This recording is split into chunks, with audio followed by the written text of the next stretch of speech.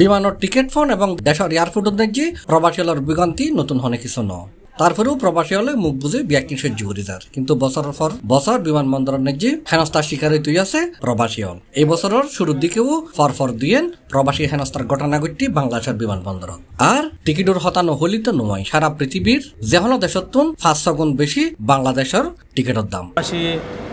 সাধারণ শ্রমিক থেকে শুরু করে সিআইপি বিআইপি যারা আছে সবাইকে যাতে সমান চোখে দেখা হয়, সবাইকে সম্মানের সাথে এয়ারপোর্টে আচরণ করা হয়, বিহেভ করা হয়। কয়েকদিন আগে একটা অনাকাঙ্ক্ষিত ঘটনা এয়ারপোর্টে দেখেছি, আমি মর্মাহত হয়েছি।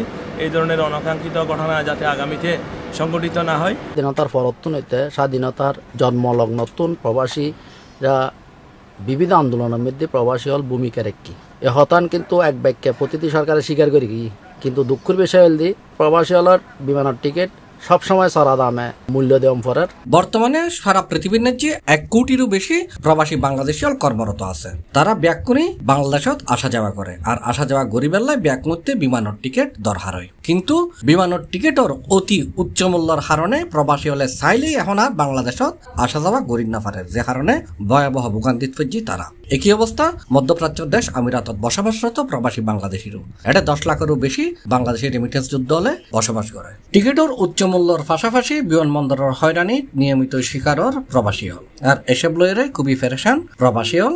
তারা চায় অবিলম্বে এসব হয়রানি বন্ধ এবং টিকিটের মূল্য পৃথিবীর অন্যান্য দেশের মতো সহনীয় পর্যায়ে আয়ুক। অক্ষুদনিধি আর আসিফ নজরুল স্যারে আর তো বহুত রঙিন রঙিন স্বপ্ন দেখাই না এই প্রবাসী হলাই এয়ারপোর্ট নিতে লেগনদার হার লেগনদার কিন্তু বাস্তব লাগে না। আর রঙিন স্বপ্ন রঙিনই রয়ে গিয়ে আসাদ মিদি ঘুরাবালি আর এয়ারপোর্ট মিদি হন কম মূল্যে হন কি রেস্তোরাঁ চাই কিংবা বিআইপি আর চাই কিন্তু যে আর প্রবাসী হলের মর্যাদা ইয়ে নেই আর চাই টিকেটের ন্যায্য মূল্য চাই। প্রবাসী হল এয়ারপোর্ট মিদি হন প্রকার লাঞ্ছিত ইয়েন যেন আর দেখি মতো ইয়েন বর্তমান সরকারের কাছে আর কি বিনীতভাবে অনুরোধ জানাই। অন্যান্য দেশের সাথে আমাদের যখন ভেরিফাই করে তখন সেক্ষেত্রে প্রাইস মানিটা অনেক বেশি, বাংলাদেশের টিকিটের দাম অনেক বেশি, যার ফলে ওরা আমাদের সাথে বিভিন্ন রকমের ব্যাড সাউন্ড করছে।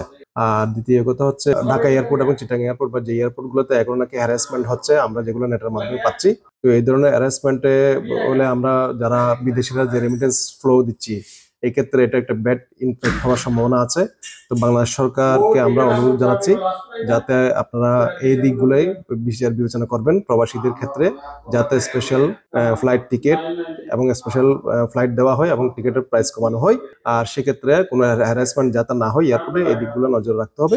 বিএফি লঞ্চ করতে কোনো লাভ হচ্ছে না যদি আমরা এখানে হ্যারাসমেন্টের শিকার হয়। তো সেক্ষেত্রে আপনারা দয়া করে এই প্রবাসীদের রেমিটেন্স ফ্লো যাতে না কমে সেদিকে বিবেচনা করে এয়ার টিকিটের প্রাইসটা একটু কমানো এবং সেক্ষেত্রে এয়ারপোর্টে কোনো হ্যারাসমেন্ট যাতে না হয় এই দিকগুলো লক্ষ্য। এয়ারপোর্টে যে হয়রানি ওর বারবার হয়রানি ওর ইয়ান কিন্তু হনবতে মানিলনর নয় আনা তো আর সম্মান চাই আর অন্তত পক্ষে আর চাইতে আর মান সম্মান নজক।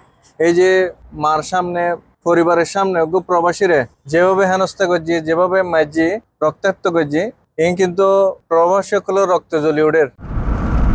C+ TV Chittagong.